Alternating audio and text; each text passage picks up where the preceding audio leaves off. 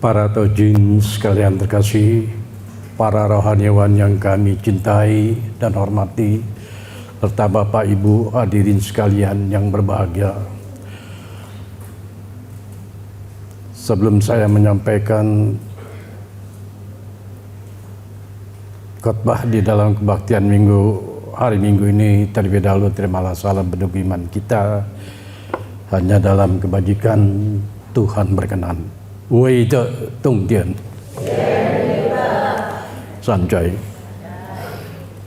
Tidak lupa marilah kita panjatkan segala puja dan puji serta syukur kita kepada Tuhan yang Maha atas perkenan kasih dan rahmat-Nya. Pada hari Minggu yang berbahagia ini kita boleh mendengarkan firman-firman Tuhan, kita boleh merenungi firman-firman Tuhan, kita boleh meresapi firman-firman Tuhan di dalam hidup dan kehidupan kita ini, agar kita selalu berada di dalam jalan suci. Semoga Huang Tian Sang Tiang Maha Agung senantiasa memberikan bimbingan, petunjuk dan jalan terang kepada kita, sehingga kita semua senantiasa di dalam kebahagiaan, kedamaian dan kesetaraan lahir dan batin sanjaya. Para tojin sekalian terkasih, sudah lama kita tidak jumpa. Boleh saya bertanya bagaimana kabarnya para tojin? Sanjay. Nah, dalam kesempatan ini mungkin ada saudara-saudara kita yang tidak bisa hadir saat ini karena sakit yang dideritanya. Mari kita sama-sama berdoa semoga Huang Tian berkenan menyembuhkannya kembali, sehingga kembali sehat walafiat, sehingga kebaktian pada minggu yang akan datang dapat bersama-sama kita berkumpul tempat yang suci ini. Dan kepada yang sehat, mari kita jaga kesehatan kita agar kita selalu sehat walafiat. Sanjay. Bapak Ibu tojin sekalian terkasih, tadi kita telah mendengarkan ayat-ayat suci yang telah dibawakan oleh Ibu Oki di dalam Chongyong bab 12. Jalan suci itu satya dan tepak salira. Para tojin sekalian kasih, mari kita dengarkan bahwa yang mulia Nabi Kungcu bersabda, jalan suci itu tidak jauh dari manusia. Ini saja yang saya akan bahas. Jalan suci itu tidak jauh dari manusia. Kita tahu bahwa iman itulah jalan suci Tuhan. Iman itu ada di dalam diri kita. Oleh karena itu, untuk kita bisa merasakan akan kebesaran, keberadaan, kehadiran Tuhan yang Maha itu dengan iman. Karena tanpa iman kita tidak bisa merasakan bahwa Tuhan itu ada, Tuhan itu menyertai, Tuhan itu penuh rahmat, Tuhan itu penuh kasih. Tidak bisa kita merasakan itu tanpa iman. Sehingga dengan demikian, bahwa di dalam kesempatan ini saya ingin menjelaskan, memberitahukan kepada para tojin sekalian, bahwa agar kiranya apa yang kita laksanakan, kita jalani, kita terapkan di dalam kehidupan kita ini tidak sia-sia. Salah satu contoh, doa. Doa begitu kelihatannya begitu serius, begitu sederhana. Tapi ada kalanya doa kita tidak bisa dikabulkan. Karena kita seorang yang beriman, tentunya kita tidak boleh segan-segan sekali berdoa. Terus karena tidak dikabulkan, tidak diwujudkan oleh Tuhan, kita sampai tidak pernah berdoa lagi. Para tojin sekalian terkasih, saya sudah merasakan ini. Di dalam kitab kita bersembahyang Tiam Hyo, jangan lupa kita berdoa, senantiasa berdoa. Entah itu untuk anak-anak kita, untuk cucu kita, untuk keluarga kita. Walaupun doa kita itu tidak langsung diwujudkan oleh Tuhan. Tetapi pada satu saat doa kita itu akan dikabul. Karena apa? Doa yang kita panjatkan, kita taikan kehadiran Tuhan, itu tidak ada masa kadaluarsanya. Tuhan akan mencatat segala doa-doa kita. Karena di dalam doa itu berisi keinginan, ya kan, kemauan dan lain sebagainya. Inilah sehingga dengan demikian bahwa saat ini pada satu saat nanti doa kita dikabul. Contohnya kayak model saya berdoa, ya selama saya setiamjo selalu berdoa mendoakan anak-anak cucu kita.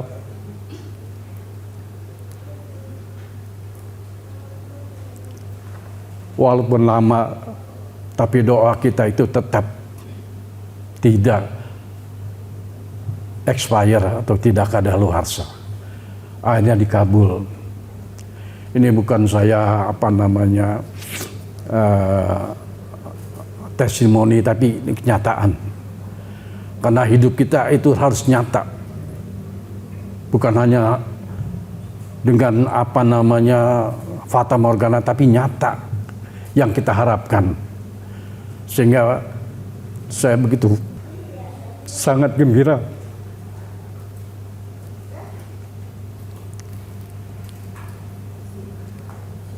karena doa saya dikabul. Sehingga dengan demikian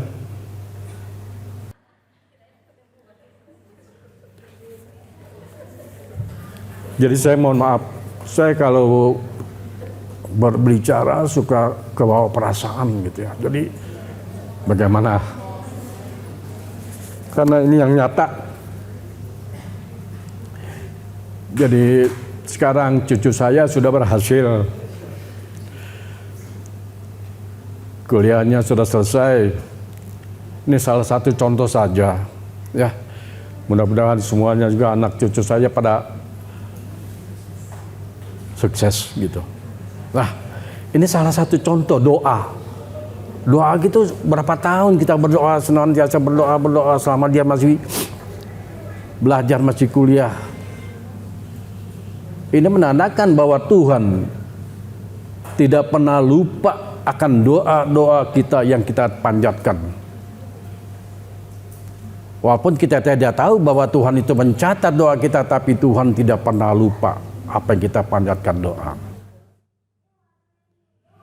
Sehingga dengan demikian para tojin sekalian terkasih, bahwa seperti apa yang disabdakan tadi di dalam Chungyung 12 ayat 1, bahwa jalan suci itu tidak jauh dari manusia. Sedangkan kita tahu bahwa iman itulah jalan suci Tuhan. Jadi jalan suci itu adalah jalan kebenaran, jalan kelurusan, jalan yang wajib kita laksanakan. Karena jalan suci adalah jalan kebenaran daripada Tuhan. Sehingga dengan demikian bahwa kita semua jangan sampai menjauhkan daripada jalan suci itu.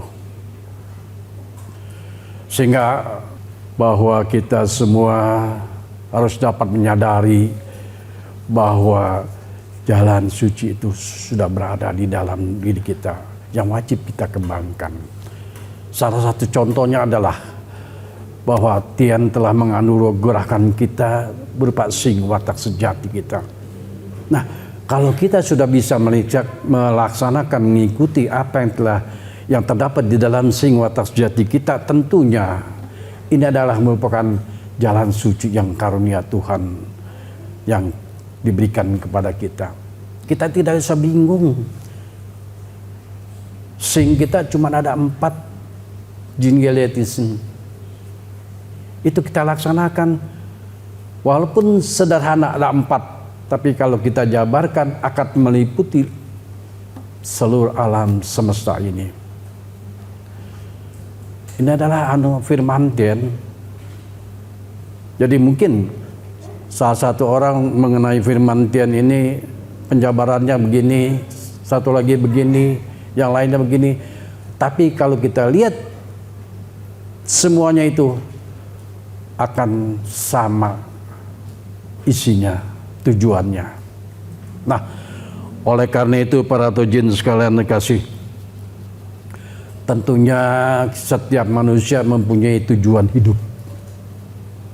Salah satunya tojin dari rumah datang ke Litang mempunyai satu tujuan.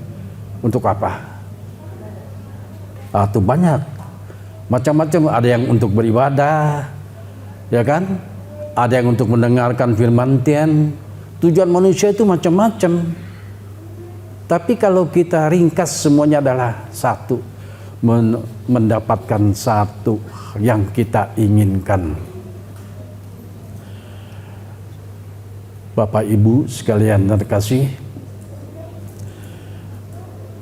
tentunya semuanya mengharapkan, menginginkan selalu dalam keadaan sehat. Betul? Nggak ada yang mau sakit, ya kan? Tetapi kenapa manusia bisa sakit? Nah, ini balik ke dalam diri kita. Apakah mungkin kayak saya kena asam urat, apa sering makan kacang? Katanya kalau makan kacang bisa asam urat, betul?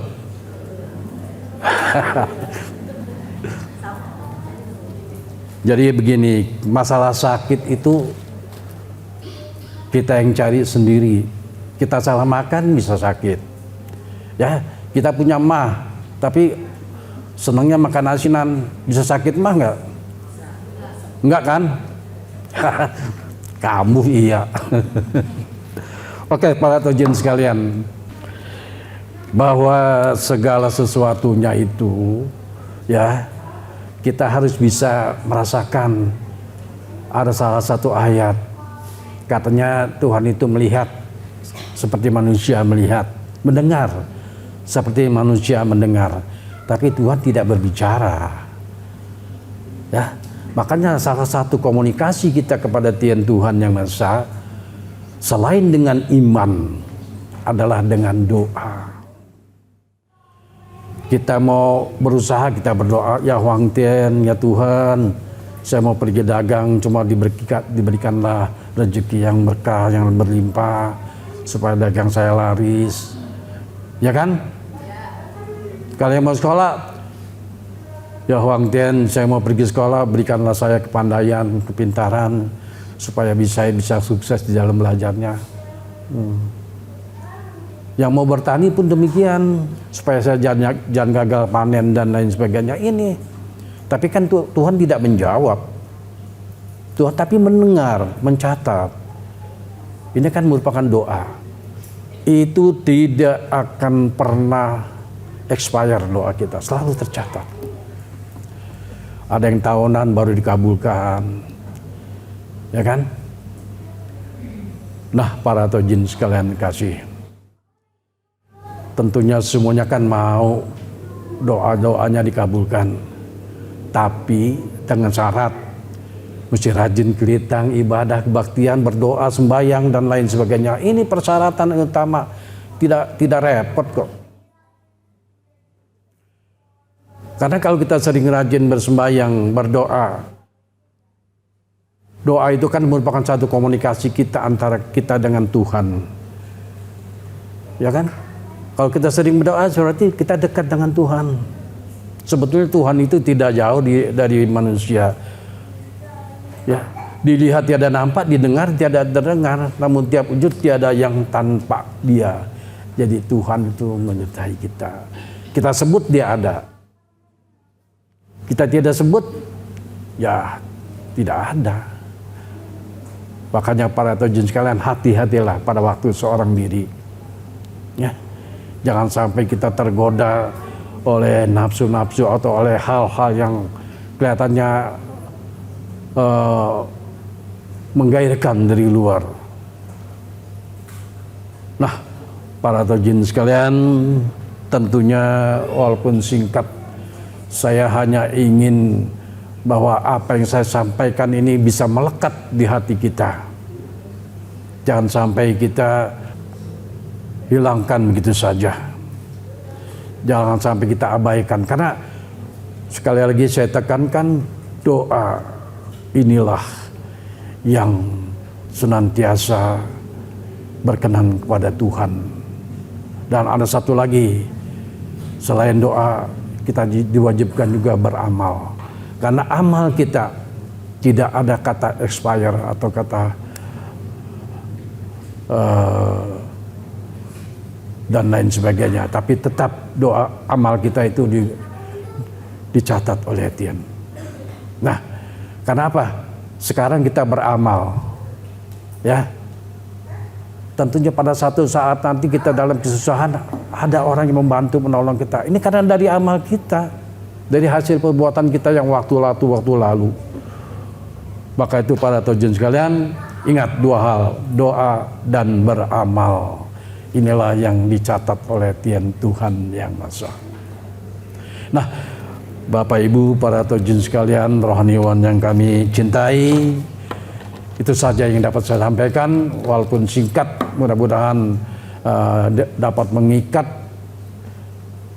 batin dan rohani para Bapak Ibu sekalian, sehingga apa yang saya utarakan saat ini benar-benar dapat dirasakan manfaatnya dan juga dapat berguna di dalam kehidupan kita. Semoga Huang Tian Sang Tiang Maha Agung dalam bimbingan rohani Tak Cheng Seseng Kung Je, para seming senantiasa menyertai, membimbing di dalam hidup dan kehidupan kita di atas dunia ini. Terima kasih atas segala perhatiannya dan terima kembali salam siman, Wei Te Tung Tian, Sanjay.